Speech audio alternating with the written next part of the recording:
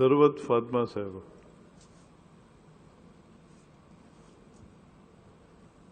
بسم اللہ الرحمن الرحیم. لبیک لبیک لبیک یا رسول اللہ. تاجدار ختم نبوت زندہ باد زندہ باد. اے خاص خاصان رسل وقت دعا ہے، اشکوں کی روانی سے عجب حشر بپا ہے سارا جہاں در پہ آزار ہمارے، بجھتے ہی چلے جاتے ہیں امت کے ستارے، نقصان پہ نقصان خساروں پہ خسارے، دعا دے دیجئے دعا تاکہ خدا حال سنوارے، یہ وقت غلامان محمد پہ کڑا ہے، اے خاصان رسل وقت دعا ہے.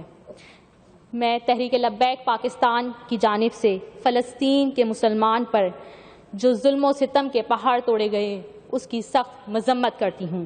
آج کے لبرلز مسلمان کہتے ہیں دین اسلام امن سے پھیلا ہے. میں کہتی ہوں دین اسلام امن اور جہاد دونوں سے پھیلا ہے. جب ہمارے آقا علیہ الصلاۃ والسلام نے اس دنیا سے ظاہری پردہ فرمایا تو آپ صلی اللہ علیہ وآلہ وسلم کے حجرے مبارک کی دیواروں پر تلوار مبارک لٹک رہی تھیں. اس بات سے ہم مسلمانوں کو یہ پیغام ملتا ہے کہ ہمارے آقا علیہ الصلاۃ والسلام نے مسلمانوں کی فتح اور بلندی کے لیے جہاد پسند فرمایا. آج پوری دنیا میں مسلمانوں پر جو ظلم و ستم ہو رہا ہے اس کے لیے پاکستان میں جب بھی جہاد کی بات کی جائے تو حکمران یہ عذر پیش کرتے ہیں کہ ہم کمزور ملک ہیں. کیا ہمارے حکمرانوں نے قرآن شریف میں سورہ انفال کی آیت نمبر 65 نہیں پڑھی کہ جس میں اللہ رب العزت نے ارشاد فرمایا ہے اے نبی مسلمانوں کو جہاد کی ترغیب دو، اگر تم میں 20 آدمی ثابت قدم رہنے والے ہوں گے تو 200 کافروں پر غالب رہیں گے، اور اگر 100 ہوں گے تو 1000 پر غالب رہیں گے، اس لیے کہ کافر ایسے لوگ ہیں جو کچھ بھی سمجھ نہیں رکھتے. اب اللہ نے تم پر سے بوجھ ہلکا کر دیا.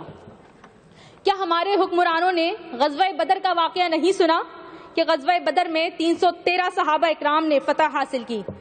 یہ ایمان کی قوت ہے. ایمان کی قوت اہمیت رکھتی ہے، لوگوں کی تعداد اہمیت نہیں رکھتی.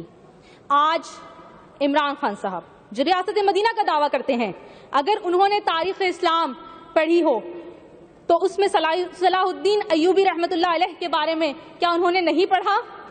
اگر نہیں پڑھا تو میں بتا دیتی ہوں کہ جب مسلمانوں کے قافلے پر شام سے مصر جانے والے مسلمانوں کے قافلے پر صلیبی جرنلوں نے برنس کے ساتھ مل کر حملہ کر دیا اور کہا بلاؤ اپنے نبی کو جو تمہاری مدد کریں.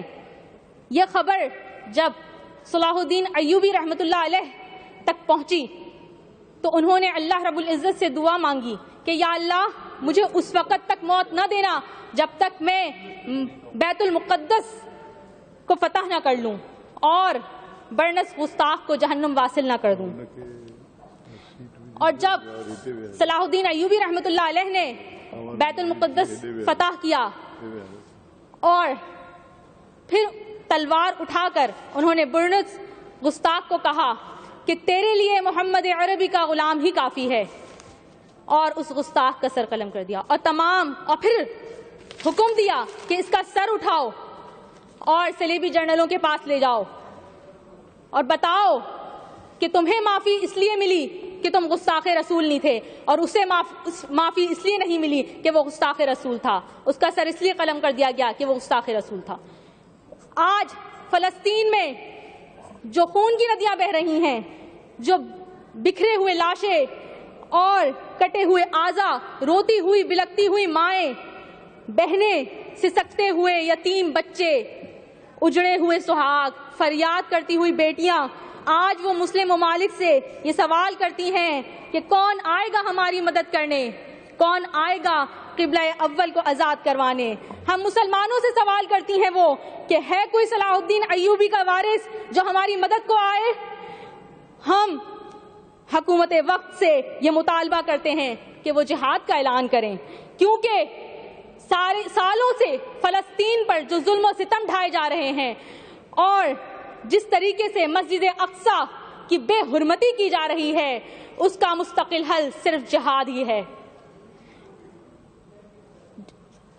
میں یہی کہوں گی کہ پاکستان کی غیور عوام کو بیوقوف بنانا بند کریں کہ ہم یورپی یونین میں بات کریں گے، ہم اقوام متحدہ میں بات کریں گے، جن کی سرپرستی میں پوری دنیا کے مسلمانوں پر ظلم و ستم ڈھایا جا رہا ہے، انہی سے مسلمانوں کے حقوق کے بات کرنے کی جا رہی ہے۔ پاکستان الحمدللہ ایک ایٹمی طاقت ہے، یہ ایٹم بم دکھانے کے لیے نہیں رکھے گئے ہیں، یہ ایٹم بم مسلمانوں اور پاکستان کی دفاع کے لیے رکھا گیا ہے۔ ہم وزیر اعظم سے مطالبہ کرتے ہیں کہ اسرائیل کو واضح پیغام دیں کہ فلسطین پر ظلم و ستم کو ختم کر کے اپنا قبضہ ختم کریں، ورنہ ہم اسرائیل کو دنیا کے نقشے سے مٹا دیں گے۔ پاکستان کی غیور عوام اور تحریک لبیک پاکستان کے قائدین اور کارکنان جہاد میں پاک فوج کے شانہ بشانہ کھڑے ہوں گے انشاءاللہ عز و جل۔ آخر میں صرف یہی کہوں گی کہ وہ سنگ گرا جو حائل ہے رستے سے ہٹا کر دم لیں گے، وہ سنگ گرا جو حائل ہے رستے سے ہٹا کر دم لیں گے، ہم راہ حق کے رہرو ہیں منزل پہ ہی جا کر دم لیں گے۔ یہ بات آیا ہے دنیا پر، ہم پھول بھی ہیں تلوار بھی ہیں، یا بزم جہاں مہکائیں گے یا خون میں نہا کر دم لیں گے۔ من سب نبیًا فاقتلوہ۔